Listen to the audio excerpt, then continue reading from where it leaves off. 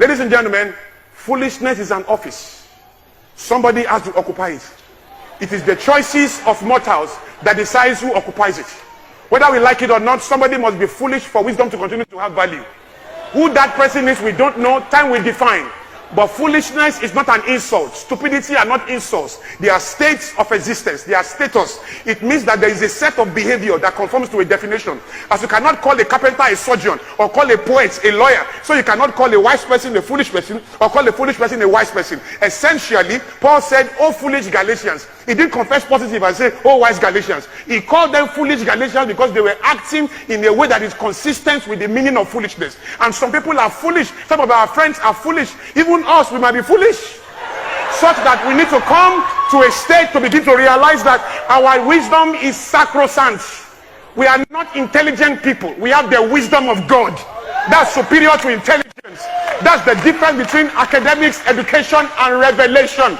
Education has done well in the world. Academics has done well in the world. Education is ruling the world. Revelation is the next big thing that will rule the world. And you and I are the ones with access to that revelation.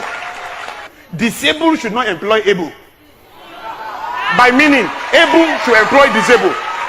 When disabled is employing able, then something is wrong about our perception of able or disabled. Something is wrong.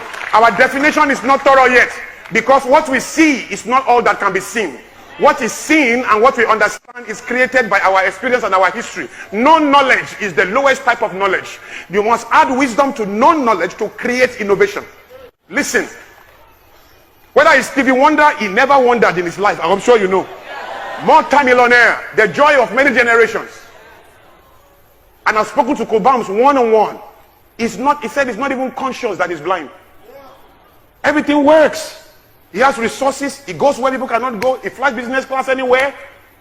He does stuff that people with eyes cannot see. When Ray Charles, you know Ray Charles, the American legend, if he's in this room and he's here, if a cockroach is moving at that end, he will hear the sound. And he will go there and touch that cockroach and bring it out for everybody. From here, you will hear the sound. Guess what? You see too clearly to hear that sound. So what he has lost to sight, he has gained by an heightened sense of perception. Therefore, disability is an unpopular type of ability. That's why when they went to Jesus and they said, "Who sinned? This guy or his mother and this and this?" He said, "It's unto the glory of God." You don't understand. You are short-sighted. There's no limitation in that popular definition of disability. When we are fearfully and wonderfully made, and we reduce it to physical beauty, we make a big mistake and a very prejudiced view of God. When you limit and fearfully made to beauty, what of those who are born crippled? What of those who are born without hands? They shouldn't use that scripture when there is no scripture that is of private interpretation. And every promise in the Bible is available for every Christian. That means that you are fearfully and wonderfully made. It's not for physical beauty or how you stand, your statistics, your cup, your body, your back, and how you stretch and how you don't stretch. It has nothing to do with that. Essentially, it's about the beauty from the inside. The idea that that deposit is in every human being.